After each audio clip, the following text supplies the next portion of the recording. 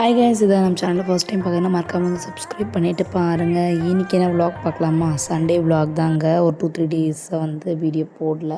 கோயில் போயிட்டு வந்தோம், எப்படிக்கு என்ஜாய் பண்ணோம் அப்படின்னு சொல்லி பார்க்கலாமா? இது தாங்க எங்களோட குலதெய்வ கோயில். எப்படி சொல்கிறது, ஒரு சின்ன மரம் மாதிரி இருக்கும். உள்ளே வந்து 3 கல் இருக்குது பாருங்கள். யாரோ வந்து ஆடிப்பெருக்கு கும்பிட்டு வளையல் போட்டு போயிருக்காங்க. நம்மளும் கொஞ்சம் வளையல் எடுத்து போட்டுக்கலாம் அப்படின்ட்டு சாமியெல்லாம் கும்பிட்ட பிறகு நினச்சிட்டு இருந்தேன்.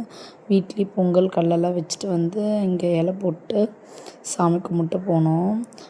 வெண்பொங்கல் தான் வச்சுருந்தோம். பசங்க ஒரே என்ஜாய்மெண்ட்டு. சாமி கும்பிட்டு போயிருக்கு. இந்த மாதிரி வீக்லி ஒன்ஸ் கோயிலுக்கு கூட்டிட்டு போனாவாச்சு கொஞ்சம் ஹாப்பியாக இருப்பாங்கன்னு நினைக்கிறேன். ஏன்னா நம்ம கூட டைம் ஸ்பெண்ட் பண்ணுறாங்க இல்லையா? மற்ற நேரம் வந்து பசங்க கூட விளையாடுறதும் ஸ்கூலில் இருக்கிறதும் அப்படி இருக்காங்க. துதிக்குட்டியுமே வந்து நல்லா வெளியெல்லாம் கூப்பிட்டு போனோம்.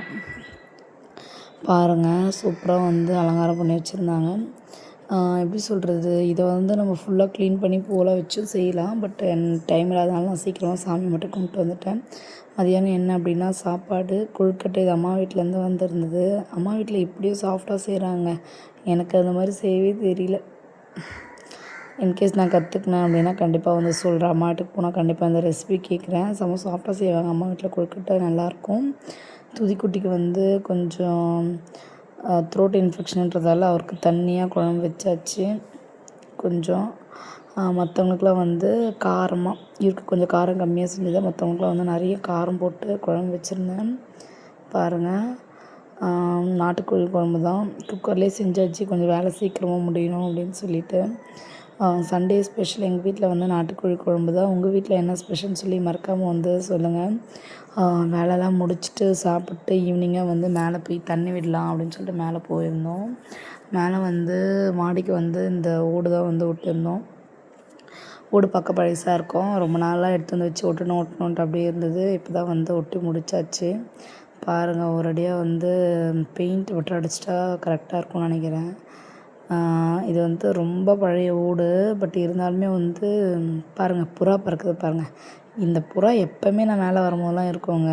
ஏன்னா வந்து ஆப்போசிட் வீட்டில் வந்து புறா வளர்த்துட்ருக்காங்க. பாருங்கள் எவ்வளோ புறா இருக்குது. எப்போவுமே எங்கள் வீட்டு மாடி மேலே தான் இருக்கும் மோஸ்ட்லி இந்த புறா.